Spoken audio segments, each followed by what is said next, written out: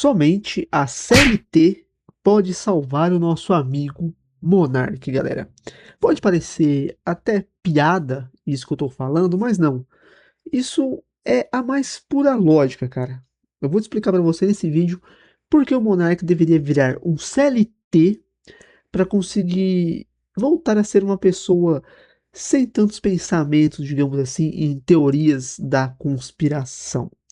Mas para a gente poder entender o porquê a CLT poderia, entre aspas, salvar o monarca, a gente precisa entender o porquê o monarca ficou praticamente refém dessas teorias da conspiração. A gente tem que voltar, galera, lá nos primórdios do YouTube, quando o monarca apareceu. O que aconteceu com ele foi uma ascensão muito rápida e um sucesso aí praticamente estrondoso, com ele ainda muito jovem com o Minecraft. Ele ganhou muito dinheiro, ele ganhou muita fama, numa idade ainda que ele era bem jovem, galera. Numa idade que ele ainda provavelmente não estava preparado para lidar, ou ainda estava tentando, né, entender o mundo. Então, ele ganhou muita fama do dia para a noite, foi uma coisa muito rápida, ganhou muito dinheiro também de uma maneira bem rápida e ficou muito famoso na internet, né? O Monark aí chegou a ser um dos maiores canais do Brasil, chegou a ser o maior canal gamer do Brasil, cara, lá em 2013, 14, nessa época. E aí, o que que acontece? Isso traz uma validação precoce que o dinheiro e a fama fazem. Eles criam ali uma ilusão de que a sorte ou talvez o talento, né, num nicho específico como games, o tornavam um especialista em qualquer assunto, como por exemplo política, sociologia, geopolítica, enfim. É o famoso especialista de porra nenhuma, né? Aquele cara que diz que sabe tudo, mas na verdade não sabe de nada, né? Esse cara, ele tem um mérito, como o Monark teve um mérito lá nos games e tal. Aí uns dizem que é sorte, porque ele foi um dos primeiros, outros dizem que foi competência, outros dizem que foi carisma, né? Aí a gente não sabe, né? Pode ter sido um pouco de tudo isso que deu aí a fama pra ele. Então, quando o cara ele fica muito famoso, né? Ele ganha muito dinheiro, ele pode criar a ilusão de que ele entende tudo. E para quem se lembra, o que fez o Monark começar a decair no seu canal de games foi ele começar a falar de política e de assuntos que não tinha nada a ver com o canal de game.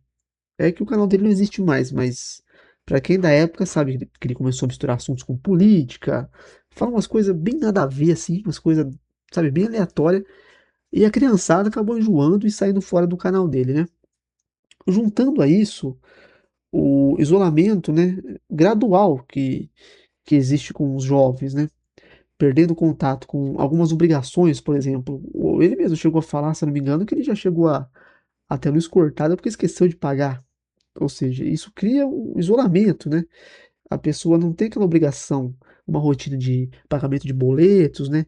Um chefe ali no topete pressionando, trânsito, uma convivência até mesmo às vezes forçada com alguns colegas de trabalho dentro de um ambiente, né? Isso, querendo ou não, acaba criando uma rotina.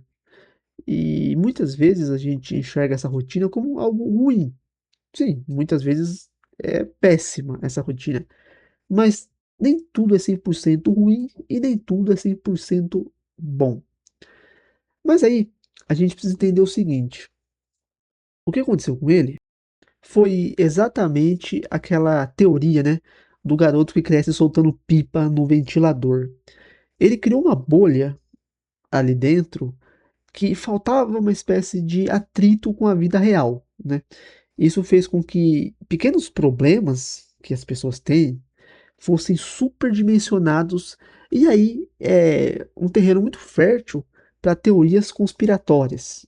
E aí o cara que não tem uma rotina, que é criado a leite com pera, soltando pipa no ventilador, ganha muita grana, ganha muita fama cedo, é um terreno muito fértil para teorias conspiratórias se instalar ali e começar a fazer meio que sentido na cabeça, no caso do monarca, né? Ou da pessoa que passa por esse tipo de rotina. Depois veio o auge do Flow Podcast, né? E o Flow Podcast, galera, ele só consolidou o que já vinha acontecendo antes com ele. Quando ele tinha lá o canal de games, que era, chegou a ser o maior canal do Brasil de games, com certeza existia uma infinidade de puxa-sacos, de baba-ovos, né? E que praticamente validavam tudo o que ele falava, né? E quando a pessoa está numa certa posição de poder, tanto poder financeiro quanto poder de influência, e ele, no caso, tinha os dois tipos de poderes, tanto de influência quanto financeiro, poucas pessoas vão chegar ali e vão discordar dela, mesmo que ela fale uma barbaridade tremenda. Aí quando ele foi pro Flow, né, criou esse projeto do Flow Podcast, onde ele não tinha uma rotina ali muito rígida, né? Podia fazer o programa consumindo bebidas alcoólicas, de qualquer jeito, né? Com qualquer roupa, sem metas corporativas aí tradicionais, né? Não tinha ninguém, galera, para dar um limite ou ninguém para dizer não para as ideias que ele teve. É por isso que chegou naquele fatídico dia onde ele disse aquela coisa que todo mundo já sabe e deu aquele rolo que todo mundo também já sabe. Isso não é de uma hora para outra. Isso é um ciclo que vem se construindo pouco a pouco. Ninguém ali, tanto dentro do projeto do Flow, quanto dos projetos anteriores dele, dava um limite para as ideias, né, que ele tinha, ou dizia não para as coisas que ele falava. E isso vai criando cada vez mais esse, digamos assim, esses pensamentos de que eu posso tudo. E aí, a derrocada que veio após a polêmica, né, e o banimento ali que ele teve do YouTube, em vez de gerar um momento de reflexão para ele tentar entender, isso acabou acelerando um processo de isolamento, ou seja, ele ficou, ele tinha ali, né, mal ou bem ele tinha uns amigos do Flow, tinha o Igor, tinha um pessoal ali. Quando ele sai do Flow, ele se isola. E quando ele se isola, a necessidade de criar inimigos imaginários para justificar onde ele errou cresce exponencialmente. E foi exatamente o que aconteceu com ele. É claro que o que fizeram com ele, eu acho que foi um exagero, né? Banir o cara de tudo, eu acho que foi um exagero. Só que quando ele teve esse isolamento, ele acabou criando esses inimigos, porque foi uma coisa muito traumática para ele, né? O cara que vivia, né, foi praticamente os maiores youtubers do Brasil. Daqui a pouco ser banido do YouTube, onde ele nasceu e cresceu, né? Essa persona do Monark, com certeza é um choque, né? Um choque na cabeça de qualquer pessoa. E aí agora vem a parte onde explica tudo o que aconteceu com ele, porque ele caiu de cabeça nesse mundo de teorias da conspiração. Quando ele sai do flow e fica isolado, acontece uma espécie de hiperfixação, né, em conteúdos como esse. Ele queria entender o que tinha acontecido com ele, e ele começou a procurar culpados, né? Começou a procurar culpados, e aí ele foi achando teoria aqui, teoria ali, e foi encaixando ali.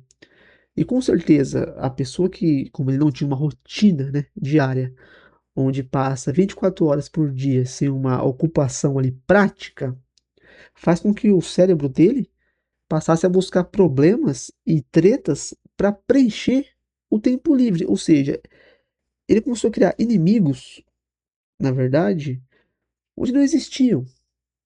O maior inimigo do Monark foi ele mesmo. Talvez o maior inimigo dele foi ter explodido tão rapidamente sem ter ninguém para frear ele, para falar: peraí, não é bem assim, ou falar não para ele em muitos momentos. E aí é que vem a teoria, né, do porquê a CLT seria a única salvação para ele. Pode ser até visto como uma metáfora, né? A CLT como uma metáfora disciplinar, mas não, porque o trabalho, tanto braçal, ou corporativo, sei lá qual que seja, horário para você bater ponto e obrigações de focar em tarefas reais, até mesmo tarefas que você não quer fazer, né? É às vezes o único remédio capaz de aterrar uma mente que está cheia ali de conflitos e teorias e coisas, né, passando pela cabeça. Porque você vai ficar ali, você não vai ficar com tempo livre. pensando quem que é meu inimigo, quem são os donos do mundo, quem que manda não sei o quê, se são os alienígenas. Você vai focar ali em, sei lá, fazer um relatório, ou carregar um caminhão de cimento, ou, sei lá, ficar 5 horas ali etiquetando produtos, enfim. Você vai, você vai trabalhar, você vai virar um CLT. E aí o seu cérebro ali, né, a sua mente vai sair um pouco do campo, né, do campo de Nárnia, digamos assim, e vai passar para o mundo real. As pessoas, né, da sociedade em geral, tô falando em geral, que trabalham, que têm um serviço CLT, você acha que elas têm tempo para ficar pensando quem são os donos do mundo, se os ETs estão entre nós? Cara, não tem tempo, cara. Não tem tempo. Então, eu acho que a única maneira do Monark sair dessa neura dele de teorias conspiratórias e um mundo dominado por, sei lá, alienígenas e as mulheres todas são trans, ou sei lá, essas ideias aí que ele tira, eu sei lá de onde, né? De algum esgoto aí da internet. Um trabalho CLT com certeza iria fazer o menino Monark voltar ali o eixo assim, digamos que, entre muitas aspas, assim, normal, né? E talvez até fazer com que ele tenha novos projetos, novas ideias e consiga alavancar de alguma outra forma, né? Mas é isso, galera. Essa é a minha teoria de como a CLT salvaria o garoto Monark. Se você gostou do vídeo, deixa um like. Não gostou do dislike, comenta aqui embaixo aqui o que você acha. Beleza? Um abraço do Alan, todo mundo falou fui. Até a próxima.